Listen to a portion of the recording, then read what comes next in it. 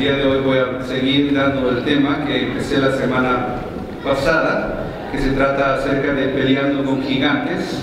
Y había dicho que el pleito con gigantes era específicamente empezando con nosotros mismos, y el mayor enemigo que nosotros tenemos, aunque no lo creas, no es Satanás, somos nosotros mismos, que nos autodestruimos, que queremos hacer el bien y no lo hacemos, que intentamos hacer las cosas correctamente y en la primera chance nos vamos por otro camino equivocado, que queremos seguir a Dios pero desde lejecitos nomás, suficiente para que nos dé un poquito de calor. Ahorita vine un poco preocupado por mi salud, ciertas cosas que, la presión alta que tengo y cosas así, y llegando a la casa de Dios como que se refresca uno, como que me dan ánimos para seguir adelante, como que me renuevo con las cosas espirituales que tiene una iglesia para ofrecer. Y se siente uno mejor, la casa de Dios, pero sigo peleando con mis propios gigantes, sigo peleando con el miedo, es otro gigante. Pero como yo estaba hablando la semana pasada, uno de los peores gigantes con los que peleamos como cristianos es el enojo. El enojo, la semana pasada puedes escuchar el sermón si quieres en el Facebook, y también en YouTube lo puse por ahí, ¿sí? Ya es todo un sermón completo, pero me faltó una parte. Y quisiera terminarlo y empezar la segunda parte del siguiente tema que voy a tratar de los pensamientos, y la siguiente vez que me toque predicar terminaré con el tema de los pensamientos. Pero quise retomar el tema del enojo, y es que en la ira de los hombres no obra la justicia de Dios. Es lo que dice Santiago 1, 19 y 20. Mis queridos hermanos, tengan presente esto: deben todos estar listos para escuchar y ser lentos para hablar y enojarse, pues la ira humana no produce la vida justa que Dios quiere. Y uno puede escudarse, porque está en la Biblia también, que Jesucristo también se enojó, que Jesucristo también estaba airado, y tan airado que golpeó algunas mesas, volteó algunas mesas, quizá golpeó a algunos mercaderes y lo echó fuera del templo. Pero leyendo un poco más las pequeñas líneas que están en esa historia, me doy cuenta que Jesús llegó al templo, eso es lo que dice la Biblia, llegó al templo, vio cómo la gente había hecho negocio con la iglesia, con la religión, con la doctrina, con la salvación había hecho negocio. Si alguien venía, les cobraban salarios estrafalarios para poder hacer un sacrificio, para poder de alguna manera pagar tu diezmo, te cobraban todavía mucho más. Y si venías del extranjero, cambiabas ahí tus monedas, y si las cambiabas te cobraban increíbles impuestos. O sea que era un negocio redondo. Si traías tu propia ovejita, porque sacrificaban ovejas, los sacerdotes no la aceptaban, aunque estuvieran mucho mejor que las que tenían en el templo. Tenías que ser del templo. Y para ser del templo, los sacerdotes eran dueños de todo eso. Los sacerdotes, los servidores, eran dueños de todo el negocio. Se iban a mitas y cobraban extra dinero, mucho dinero por cualquier cosa que hacían ellos. Jesús llega ahí y se da cuenta de que eso pasa. Y lo que me hace notar que el enojo lo dirigió correctamente es que dice en la Biblia que Jesús se hizo o tejió un látigo. O sea que no agarró el primer látigo y empezó enojado a darles con toda la ira que tenía, sino que se sentó un momento, yo creo, en una de esas bancas similares a esas quizás que tenía el templo, agarró un par de, no sé, las cosas con las que se látigo, cuero, y empezó a entretejerlo. ¿Cuánto se tardaría en hacer un látigo Jesús? Uno chiquito, pues media hora a lo mejor, ¿no? Uno grande, quizá una hora se tardó, y todos los demás viendo lo que hacía, hasta que terminó su látigo y empezó a darles a todos y voltear mesas, pero tardó en hacer lo que debía hacer. O sea que cuando una persona se enoja, puede responder, y responder correctamente al enojo, y no solamente reaccionar al enojo. Reaccionar es que tú me pegas, yo te pego. Tú me pegaste mucho, yo te pego doble. Tú me ofendiste, yo te ofendo más inmediatamente, no me espero nada. Pero si te puedes esperar y puedes medir la situación, puedes tomar la decisión correcta. Y eso lo he experimentado hasta en mi propia vida. Siendo pequeño, mi mamá me llevaba a la iglesia. Apenas tenía conciencia y ya me llevaba a la iglesia. Recuerdo a los 5 años ir a la iglesia. Mamá me bañaba, ponía la mejor ropa que tenía, eran overoles, a veces niño con overoles, estaba chistoso yo creo, pero ahí iba con mi hogar a la iglesia. Y era el único de toda la gente de mi calle que iba a una iglesia cristiana. Todos los demás iban a una iglesia católica, cuando iban obviamente, ¿no? Era el único en mi clase que no era católico, todos los demás eran católicos. Me ocasionó muchos problemas. Cuando regresaba de la escuela a mi casa, pasábamos siempre por una iglesia y todos los niños se persinaban rápido, ¿sí? Ya sabían, y yo pues no sabía ni qué era eso, ni para qué, entonces no lo hacían. Y me empezaban a hacer bullying. Tú eres el diablo, y me empezaban a empujar. Varias veces me tiraban al suelo y varias veces también me patearon en el suelo. Mi papá me mandaba, a veces mi mamá me mandaba a comprar el pan, un par de calles al lado, ¿sí? Entonces yo tenía que salir de mi casa. No había concreto, las calles eran rústicas de tierra, ¿sí? Ahí en la Ciudad de México, en las afueras de la Ciudad de México, cuando apenas empezaba esa colonia. ¿Sí? Iba por el pan, regresaba con mi bolsa de mandado de pan y los niños que estaban ahí jugando empezaban a hacer otra vez bullying.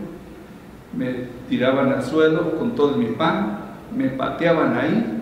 Llegaba a mi casa bien revolcado y todavía mi papá me pegaba por andar peleándome en la calle. ¿Sí? Me iba mal, me iba doble mal. ¿Sí? Entonces, en una ocasión, ya como tenía como 10 años, después de mucho bullying, ya no aguanté más y en una de esas, no sé de dónde salió, un derechazo a la mandíbula del pobre niño que estaba enfrente de mí y lo noqueé, cayó ahí un redondito. Y dije, ¿ahora qué hago? Pues me subí a él para agarrarle las manos para que no fuera a responderme. Y ahí empecé a cambiar mi mente. Dije, esto funciona de esa manera, y vi que los niños me respetaban y empecé yo a ser un bully, sí. Yo era ahora el bully. Y como me habían enseñado en la iglesia que cuando te pegan en tu mejilla derecha tienes que poner la otra, dije, pues ya no puedo ir a la iglesia porque pues yo no puse la otra. Ahora voy a dejar de ir a la iglesia. Y a los 10 años decidí dejar de ir a la iglesia. Me volví un bully, como te digo. Me ocasionó muchos problemas también, obviamente. A los 17 años ya estaban problemas con la policía. La policía me dio una buena calentada, le llaman allá en México. Todavía era menor de edad, pero ya no les importó, me dieron una buena sacudida. A mis amigos les dijeron, oye, pues mira, si quieren sacar a su amigo, tienen que traer dinero, mucho dinero. Mis amigos, yo le pedí al Señor, Señor, sácame de esta y voy a empezar a ir a la iglesia. Y mis amigos, por única vez yo creo, respondieron a eso, fueron a su casa, trajeron dinero y se lo dieron al policía. El policía me soltó. ¿Sí? Y yo dije, ay Señor, esto es tú porque los amigos no hacen eso. Y voy a ir a la iglesia, empecé a ir a la iglesia. Fui a la iglesia, no la iglesia que me quedaba cerquita a mi casa, a la iglesia más lejos para que no supieran que yo iba a la iglesia los que estaban alrededor, ¿sí? Porque ya era un bully, ¿y cómo iba a ir a la iglesia un bully? ¿Sí? Allá en ese lugar, ¿sí? Le dije al Señor ahí sentado en una banca, Señor, yo dije que iba a ir a la iglesia, pero no que me iba a convertir, ¿ok? Yo voy a venir a la iglesia cada semana, pero no me voy a convertir, voy a estar ahí en la iglesia nomás. ¿Sí? En la iglesia era una iglesia grande, tenía varios jóvenes. Esos jóvenes, pues, algunos de ellos eran también como yo, que nomás iban a ver qué pescaban, yo creo que buscar novia o qué sé yo. ¿Sí? Y pues tenía mis amigos ya también entre ellos. Pero en una ocasión estábamos en un servicio de jóvenes. Hubo un mover que no podían explicar ni entender. Algunos jóvenes empezaron a llorar. Y yo, burlándome un poquito de esos jóvenes, hijos de chillones que están haciendo chillando ahí. ¿Sí? Y de repente yo empecé a llorar también. ¿Sí? Y no podía parar de llorar. el predicador decía: hey jóvenes, párense, cálmense, cálmense, voy a empezar a predicar. Y el murmullo del lloro general de la congregación de los jóvenes no cesaba. Se bajaba un poquito, pero seguía, hasta que el predicador le cayó el 20 y dijo: pues miren, yo quiero predicar para que el Señor toque su corazón, pero si ya lo está tocando, pues mejor sigan orando, sigan buscando de Dios, sigan confesando sus pecados, sigan poniéndose en paz con Dios. Y seguimos orando. Que si pasaron 2 o 3 horas orando, pidiendo perdón a Dios. Ese día fue un día para mí de libertad, fue mi conversión. No tuve ni que levantar la mano ni pasar al frente. Ahí Dios estaba tocando mi vida. Y pude entender también un poco más acerca de lo que es ser enojado para bien, enojado para limpiar las cosas, enojado para limpiar el templo, mi propio templo, mi propia vida, la vida de los amigos con los que me juntaba, que estaban todos descarriados,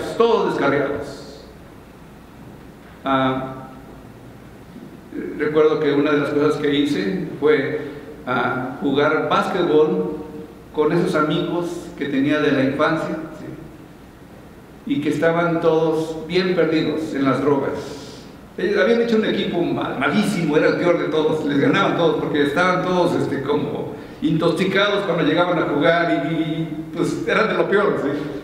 Y yo era muy bueno jugando básquetbol, no es por presumir, ¿okay? Pero era bueno jugando básquetbol en mis tiempos, ¿sí?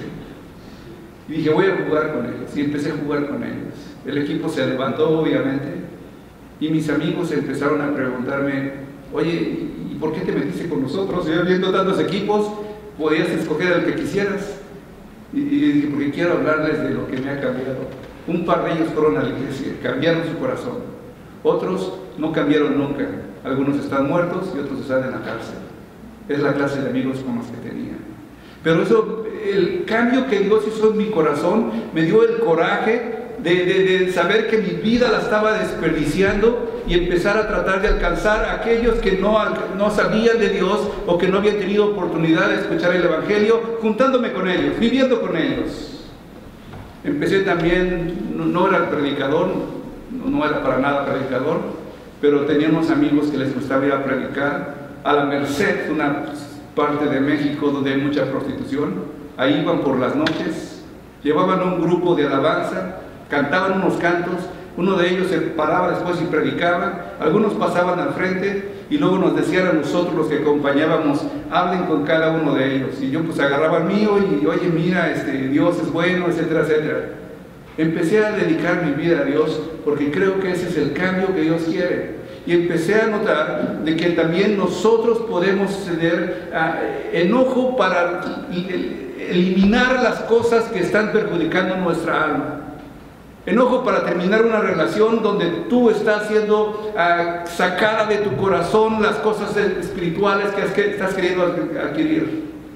Enojo para parar de autodestruirte y autodestruir a una persona que tú amas, dándole todo lo que necesita y no permitir que caiga hasta el fondo para que de ahí se levante. Se necesita un enojo. Se necesita enojo también. Un enojo donde tú te valores a ti mismo. Hay una mujer que hace poco me pidió consejería, ¿sí? Se está destruyendo a sí misma, está destruyendo a su pareja. Y le dije: pues tú tienes que separarte por lo mínimo un mes. Y quedó en eso, que se iba a separar por un mes. Y me llama pero no me llama, y por qué, y cosas así. Pero es que uno tiene que ser libre para poder ser quien uno realmente es. Cuando digo esto, libre para ser uno lo que realmente es que si tú vives amarrado a una persona y no puedes ser tú mismo, no eres tú. Estás siendo un esclavo o estás siendo un bully que está manipulando a otra persona y no eres tú mismo. Tienes que ser libre para eso.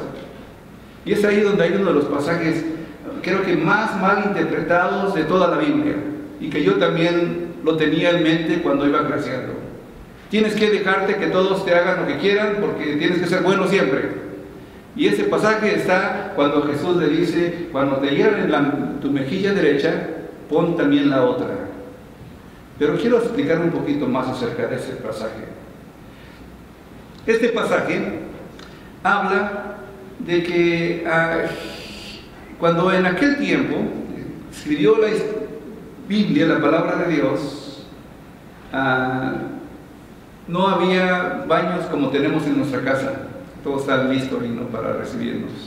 No había ni para jalar de la palanca ni nada de eso. Y no había papel del baño. ¿Saben qué usaban para el papel del baño? La mano izquierda.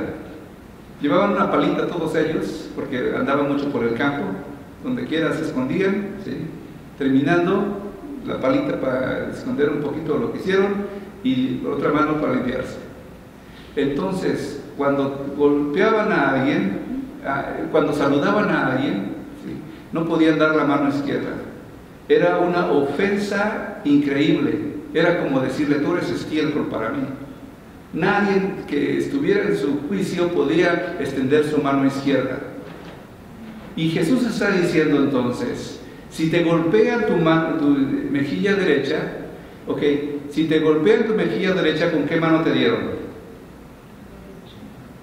¿Con cuál? Con la derecha. Si te golpean tu mejilla derecha, ¿con qué mano te dieron ellos?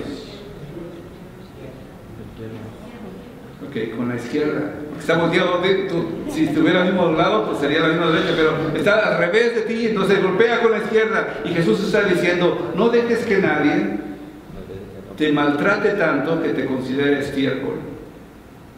No dejes que nadie te trate como basura. No dejes que nadie te humille de tal manera que tú no puedas responder.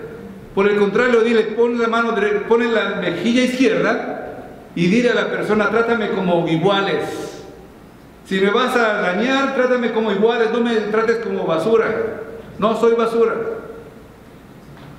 Y el enojo de una persona que dice en la Biblia: airaos, pero no pequéis. Un pasaje último para terminar este pasaje del enojo. Porque no nos ha dado Dios espíritu de cobardía, sino de poder, de amor y de dominio propio, o cordura, es la otra palabra para cordura. No nos ha dado Dios espíritu de cobardía para estar solamente recibiendo y no respondiendo a aquellos que nos tratan de humillar. Podemos nosotros reclamar de que aunque no somos blancos, somos seres humanos. Que aunque no somos muy altos o muy fuertes, somos hijos de Dios. Junto con los demás, de cualquier color, no somos más ni somos menos que nadie. Cuando nosotros aceptamos a Cristo, nos hace especial y nos hace ser hijos de Dios o hijas de Dios. No dejemos que nadie nos trate menos que eso. Responde cuando alguien te quiere tratar como basura. Responde cuando quieran alguien tratarte como que no sirves para nada. Cuando se fija en tu color o en tu lengua o en cómo pronuncias las cosas, dile: yo valgo también. Y ahí es donde entra el punto siguiente que voy a tratar. Ese es el enemigo de la ira. La ira puede ayudarnos a decir, así como yo te digo, cometí dos grandes decisiones. La primera es empezar a pelear, no dejarme que me golpearan. No me resultó, me mandó con más problemas hasta llegar con la policía. Y después decidí que no era el camino y decidí que mejor, en lugar de estar desaprovechando mi vida, iba a dedicarla a Dios. E iba a luchar para sacar la mayor parte de esa gente que andaba como yo antes, para enderezar su camino. Y es por eso que estoy predicando ahora. Se necesita coraje, se necesita valor para poner los pies en la tierra y decir: yo soy cristiano, yo soy hijo de Dios. Eso es lo que dice en la Biblia. Porque no nos ha dado un espíritu de cobardía, sino de poder, de amor y de dominio propio. No nos ha dado Dios un espíritu de cobardía para estar escondiéndonos, para no decir a los demás que soy un hijo de Dios o eres una hija de Dios. Nos ha dado un espíritu de poder para decir: en el nombre de Dios, si no puedo hacer algo, lo voy a intentar, y todo lo puedo en Cristo que me fortalece. ¿Cuánto dicen amén? Jesús entonces siempre dio una oportunidad, empezando con el tema de de los pensamientos. Porque los que son de la carne piensan en la carne, pero los que son del Espíritu en las cosas del Espíritu. Romanos 8:5. ¿Sí? Pensar en aquello que agrada a Dios no es automático. Requiere un entrenamiento. Una mente controlada por el Espíritu está enfocada en los propósitos de Dios. Y porque una brújula espiritual apunta siempre a la dirección correcta, donde tú vas, una brújula espiritual. Y la brújula espiritual que tenemos nosotros es la palabra de Dios. Cuando hablo de que busques las cosas del Espíritu, te estoy hablando de la palabra de Dios. Te estoy hablando de la oración. Te estoy hablando de testificar a otros de Cristo. Te estoy hablando del ayuno. Te estoy hablando de todas las cosas que te acercan a Dios, pero principalmente la palabra de Dios. Algunas personas buscan al hombre, buscan al pastor, al profeta, al evangelista, y viajan increíbles cantidades de millas para que el profeta les diga algo. Y no saben que en la palabra de Dios está todo escrito. Y que si un profeta les habla algo que no está en la palabra de Dios, es un falso profeta. Recuerdo una vez vino un hombre aquí, ¿sí?, a predicar en el Metrodome. Se llama, ya se me olvidó su nombre, un hombre famoso que está en la televisión, un hindú parece ser que es, no me recuerdo que es morenito el hombre, no es negro, es moreno. Y vinieron a un pastor de Nebraska para hablar con él. Y lo recibí yo aquí en la iglesia, a este hermano de Nebraska, a este pastor de Nebraska, no al otro, porque el otro es muy grande, ¿sí? Él me dijo: pastor, consígame una cita con el predicador. Yo ni lo conozco, ni sé quién es, ni cómo es. Yo puedo acompañarle e ir con usted, pero de que consiga la cita, usted tiene que buscarle cómo. Es que yo tengo una palabra, o quiero que me dé una palabra a mí. Buscando al hombre, nada más. Había viajado quién sabe cuántas horas desde Nebraska para venir aquí a escuchar a ese famoso predicador, y como supo que estaba yo aquí, pues me dijo que si lo recibía para que se cambiara, se bañara, se arreglara y pudiera ir a la noche a ir a escuchar a ese famoso predicador, que le dijera una palabra especialmente a él. Pero buscar al hombre, buscar al pastor. Ok, el pastor está aquí para ayudar, y tú me llamas y yo te contesto seguramente, me dejas un mensaje, si no te contesto yo te vuelvo a la llamada y te busco y nos encontramos. Pero principalmente, ¿por qué no buscas de Dios? ¿Por qué no lees la palabra? ¿Por qué no agarras una Biblia y empiezas a meditar y buscar qué es lo que Dios te dice a ti? Y cuando te hable, subrayarlo ahí. No sé, yo no sé si tú subrayas tu Biblia, pero yo sí lo hago a veces, subrayar y ponerle una fecha por ahí. El Señor me habló en este día. Y poner lo que nos dice. ¿Cuántos creen que Dios habla el día de hoy? ¿Qué les dijo ese día? ¿Qué les dijo? ¿De qué hablaron hoy? Si habla Dios, ¿qué les dijo? ¿Está tratando conmigo también? Sí. Hay una lucha espiritual de la carne y el espíritu.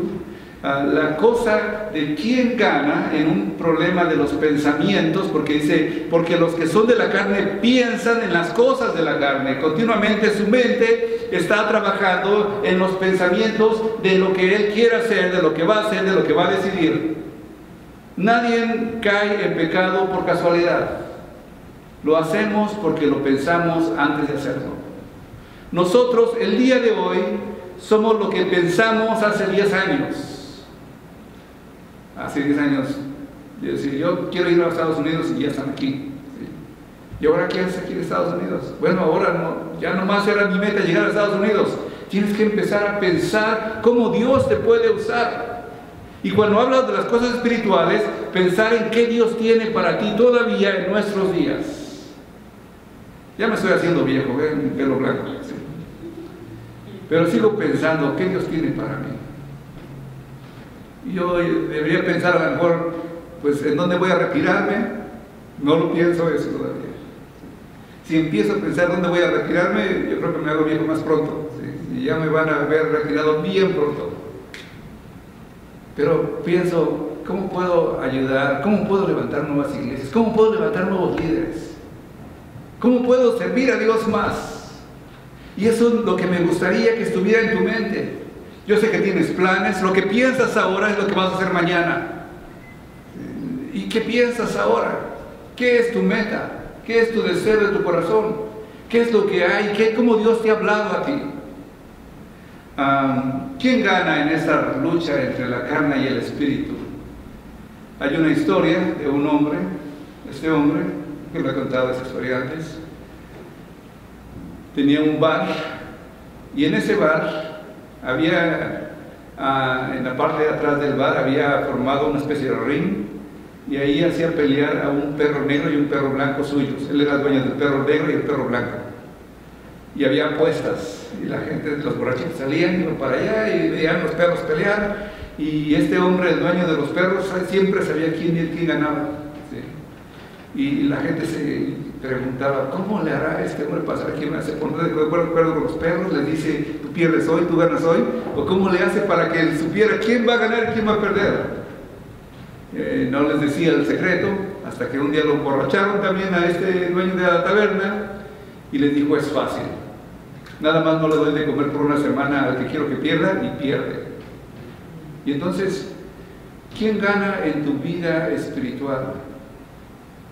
Depende a quién alimentes. Depende a quién tú le des las cosas que de alguna manera te van a hacer que tú puedas caer o levantarte. ¿Sí? Una de las cosas que te conviene hacer cuando estamos hablando de pensamientos es que Jesús se rodeaba de personas que iban a ser fieles a Él, por lo menos en esos 3 años que vivió en la tierra ministrando la palabra. Una persona que quiere agradar a Dios también se rodea de personas con amistades duraderas, amistades que te ayudan a levantarte, no amistades de amiguchos que te dejan en el primer chance y te dan la espalda cuando más lo necesitas, sino amistades con los que tú puedes contar porque ellos cuentan contigo. Es difícil encontrar amigos de carrera larga, donde los conozcas por mucho tiempo, donde los extrañes cuando no los ves, donde los veas y parezcan tu familia, hasta a veces más que tu familia, porque tu familia a lo mejor está bien lejos ya. Y aprecias y amas a esas personas. Jesús se rodeó de esas personas. Tenía 12 discípulos, tenía 70 que le seguían, tenía algunas mujeres que también le servían y andaban con él, y todas ellas eran como un grupo muy unido. Jesús mismo hacía eso. Y es algo que necesitamos para poder pensar las cosas correctas. Necesitamos un grupo de apoyo que continuamente está con nosotros, animándonos a hacer las cosas correctas que valen la pena. Si alguien te anima por otra cosa, es una persona incorrecta. ¿Sí? Es lo que me preguntan algunas jóvenes. ¿Cómo sé que es un buen novio o una buena novia? ¿Sí? Bueno, si el novio o la novia te lleva a las cosas espirituales y eleva tu ser como persona, es un buen novio o una buena novia. Si el novio o la novia te lleva al oscurito nada más y quiere pasársela al oscurito contigo, no es una buena novia ni una buena novia. ¿Sí? Que la persona que te va a ayudar es la persona que te va a ayudar a poder levantarte. Obviamente hay varias cosas que tú puedes hacer, pero siguiendo el pensamiento, ¿sí? Apocalipsis 1:6 dice, Él ha hecho de nosotros un reino de sacerdotes para Dios, su Padre, a Él sea la gloria y el poder por siempre y para siempre, amén. Apocalipsis 1:6. Saber quién eres para saber qué pensar. ¿Quién eres tú? ¿Sí? Algunos van a decir, yo soy un pobre inmigrante que se esconde de la policía y que no trata de hacer nada. Pero te voy a decir una cosa, de acuerdo con la Biblia, si tú has aceptado a Cristo, tú eres un sacerdote para Dios. Dios ha hecho un reino para ti. Eres una persona importante. No tienes que esconderte, no tienes que bajar la vista con los demás, puedes mantenerla en alto, puedes declarar que tú eres alguien especial porque Dios ha hecho de ti un sacerdote para Dios. Quiero explicar también algo de este versículo. En algunas versiones dice, porque nos ha hecho reyes y sacerdotes. Aquí no dice reyes. Algunas versiones dicen eso porque conviene al hombre. Oye, es que bueno, soy un rey, entonces valgo mucho. ¿Sí? Pero no dice, en la versión original del griego, no dice reyes, dice un reino. ¿Sí? No se puede ver en tu Biblia, posiblemente diga reyes, pero yo te digo que el original dice un reino. Nos ha hecho un reino. No vamos a reinar en el nuevo mundo, en el nuevo universo o en el nuevo paraíso. No vamos a reinar. Vamos a ser sacerdotes para Dios. Vamos a enseñar a la gente a buscar de Dios. Vamos a enseñar a la gente a orar. Vamos a enseñar a la gente a leer la palabra. Vamos a enseñar a la gente a buscar del Espíritu Santo. Vamos a enseñar a la gente a cantar alabanzas. Eso es lo que vamos a hacer en la casa de Dios, o cuando regresemos con Dios. No vamos a ser reyes, no solamente hay un solo rey, Jesucristo nuestro Señor. Y nosotros vamos a ser sacerdotes para Él. Vamos a enseñar a las naciones a ser obedientes. Vamos a enseñarles lo que dice la palabra de Dios, de amar al prójimo como a sí mismo. Vamos a enseñarle a la gente. Entonces, ¿quién eres tú? No me digas, soy un fracasado, soy una fracasada, yo fracasé. Dime, yo soy una hija de Dios, yo soy un hijo de Dios. Y que nadie te trate diferente a lo que tú eres. No dejes que nadie te humille, no dejes que nadie te golpee con la mano izquierda. Ponle la derecha, y ponle la otra, ponle la izquierda, para que te voltee y te diga, sí, te trato mal, pero nos tratamos iguales, sí, somos iguales. Hay otro pasaje bíblico. En cuanto a la pasada manera de vivir, despojaos del viejo hombre que estaba viciado conforme a los deseos engañosos. Eso está en Efesios 4:22. No necesitamos cambiar de cerebro, ¿okay? No necesitamos que nos laven el coco. Ese es un piano buenísimo, y no porque yo lo diga. Si nos preguntan el costo, cuesta mucho dinero ese piano. Hay unos pianitos chiquitos. El problema no es el piano grandote o el piano chiquito. No es el cerebro muy grande, lleno de conocimiento, o el cerebro que apenas sabe leer y escribir y apenas la ha sobrevivido de esa manera. El problema es el pianista. ¿Qué pones? ¿Qué tipo de música toca el pianista? ¿Qué es lo que haces? ¿Quién dirige tu cerebro? ¿Quién es el que dirige tu mente para decirte lo que tú tienes que hacer? Por eso dice la palabra, entonces, quítate tu vieja manera de pensar, porque lo que pensamos es lo que somos. Es un problema que tenemos nosotros, cualquier ser humano, no nada más los hispanos, no nada más las mujeres, no nada más los hombres. Todos estamos con un problema de qué pensar, qué hacer que nuestra mente vaya en qué dirección. Despojarse de las cosas viejas. Yo sé que también todos tenemos malos pensamientos. Yo también tengo malos pensamientos. Y no me diga alguien que no tiene malos pensamientos. Todos tenemos malos pensamientos. Todos. En la Biblia hay la historia de un hombre llamado Abraham. Abraham había hecho un pacto con Dios. Le dijo a Abraham, mira Señor, yo sí te creo que me vas a dar hijos y que me vas a dar mucha tierra, pero como decimos nosotros, fírmale aquí, ¿no? Para que aquí sepamos en que estamos de acuerdo, ¿sí? Pero en aquellos tiempos no había firmas, no había fírmale aquí, porque no había papel tanto, ni había tinta, ni nada de eso. Hacían pactos simbólicos, y los pactos simbólicos de ellos eran de esta manera. Sacrificaban unos animales, los partían a la mitad y los separaban en dos. Ese era un pacto de sangre con diferentes animales. Y cuando ya separaban los animales, los dos que hacían el contrato y que no podían deshacerlo por nada, tenían que pasar por medio de los animales que habían partido, y cuando terminaban de pasar, era como si hubieran firmado. Hicieron un pacto de sangre. Ya no podían volver para atrás, ya no podían cambiarlo, no podían modificarlo, ya lo que habían dicho lo iban a hacer. Y Abraham le dice, Señor, ok, voy a seguirte, tú vas a ser mi Dios, pero fírmale también, Señor, pasa por ese sacrificio que voy a hacer. Entonces Abraham parte los animales y espera que Dios pase por ahí. y mientras está esperando que pase por ahí, tiene una visión. En esa visión había varios pájaros, sopilotes, cuervos, águilas, tratando de comerse su sacrificio que él había hecho. Y cuando trataban de comer ese sacrificio, entonces lo que él decía era espantarlos y espantarlos y espantarlos.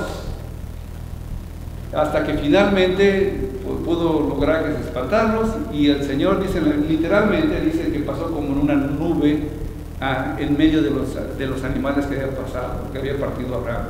Le estaba demostrando a Abraham de que él quería hacer ese pacto. Pero el punto no es ese. El punto que quiero enfatizar es que esos animales van a estar continuamente atacando nuestro cerebro, atacando nuestra mente, nuestras ideas, nuestros deseos, nuestra forma de ver las cosas, y nosotros podemos dejarlo que se coman todo lo que hay en nuestro cerebro y darle más vuelta y dejarle que mira, agarre también de este lado porque no has comido mucho y que se coman todo, o espantarlos y decir, váyanse de aquí, me pongo a cantar una alabanza, me pongo a orar, me pongo a buscarle a Dios, me pongo a llamar a un hermano para que ore conmigo, o una hermana para que ore conmigo, y espantamos las aves que vienen a dañar nuestro cerebro. ¿De qué piensas? ¿Qué es lo que decides tú pensar? Un último versículo. Una actitud pasiva contra una actitud activa. Hay dos formas de trabajar en esa actitud que yo te estoy invitando para que recapacites en eso. Es lo último que voy a decir. Dice en Efesios 4, 23, 24, ustedes deben de cambiar completamente su manera de pensar y ser honestos y santos de verdad, como corresponde a personas que Dios ha vuelto a crear para ser como Él. ¿Sí? El deseo de Dios es que seamos como Él. El deseo de Dios es que seamos santos. El deseo de Dios es que pensemos de una manera diferente, que seamos honestos, y que esa es la forma de que la gente va a saber de nosotros, que somos diferentes. Actitud pasiva contra actitud activa.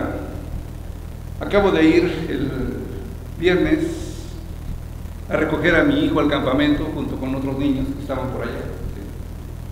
Y yo iba manejando. Eso es actitud activa. Y los que iban conmigo iban relajados y iban platicando entre ellos y iban contando chistes o cuentos, o iban contando lo que les había pasado, qué sé yo. Esa es actitud pasiva. Yo iba manejando y sabía dónde iba. Si de repente me quería ir al baño, me paraba y ahí bajaba al baño, me subía y seguía manejando, porque yo era el que iba manejando. No dejaba que, cuando hablo de actitud activa, es que yo te invito a que también manejes tu vida, manejes tu pensamiento. O por lo menos deja que Dios sea el que maneja tu vida y que maneja tus pensamientos, pero tú vas a tener el control. Tú vas a pensar diferente, vas a actuar diferente, vas a enojarte diferente si es que se trata de enojarse. No para destruir, sino para levantar y construir y para limpiar, para sacudirte de esas cosas que están dañando tu vida y empezar a caminar el camino correcto. ¿Cuántos de nosotros nos gustaría dejar que Dios trabajara en nuestra vida? ¿Cuántos de nosotros nos gustaría pensar como Dios piensa de nosotros?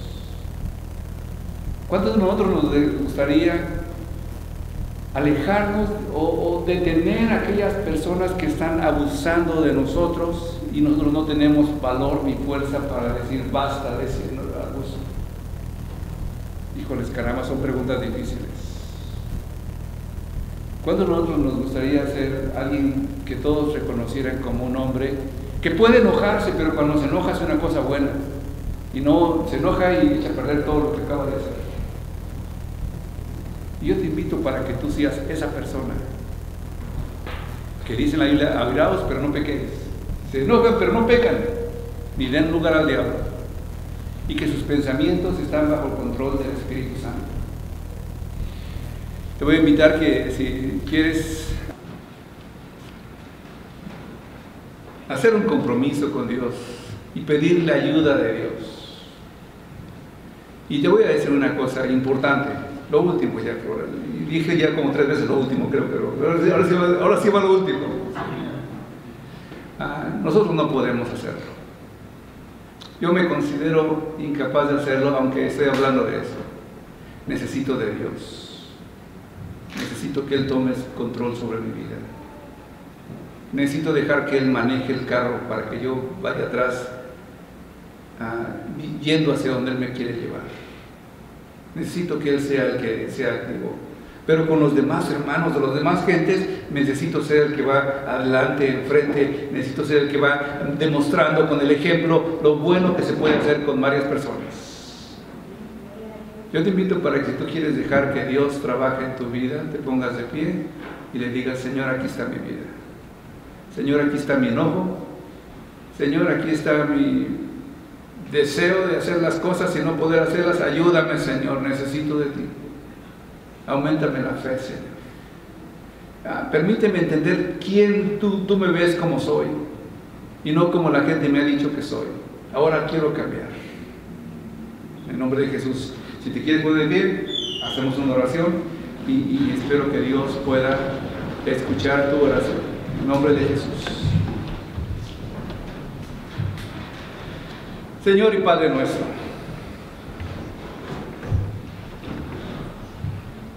Señor, dice en tu palabra que cuando somos débiles, entonces somos fuertes.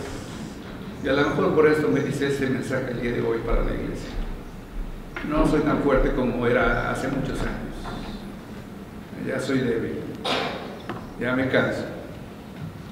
Pero quiero seguir haciendo tu voluntad.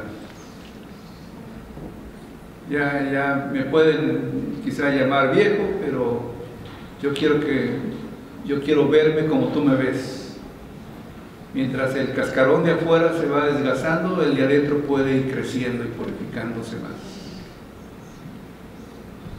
Señor, te pido, Padre, para que me vea como tú me ves.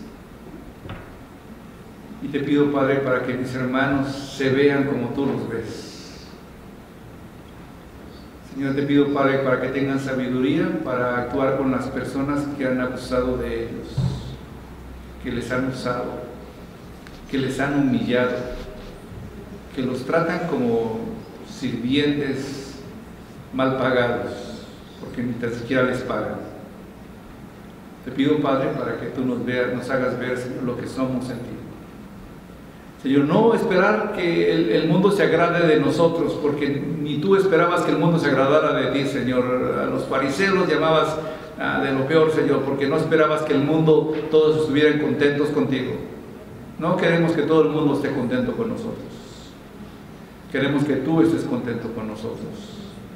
Y si para eso tenemos que enfrentarnos al mundo, te pido, Padre, que tengamos valor y fuerza para hacerlo en el nombre de Jesús. Señor, yo sé, Señor, de que estás aquí. Sé que tu Espíritu está en este lugar y en este momento. Y sé que cada palabra de mi hermano, tú la estás escuchando.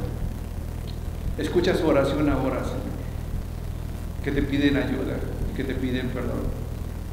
Hermano, alza tu voz y dile al Señor lo que hay en tu corazón en este momento.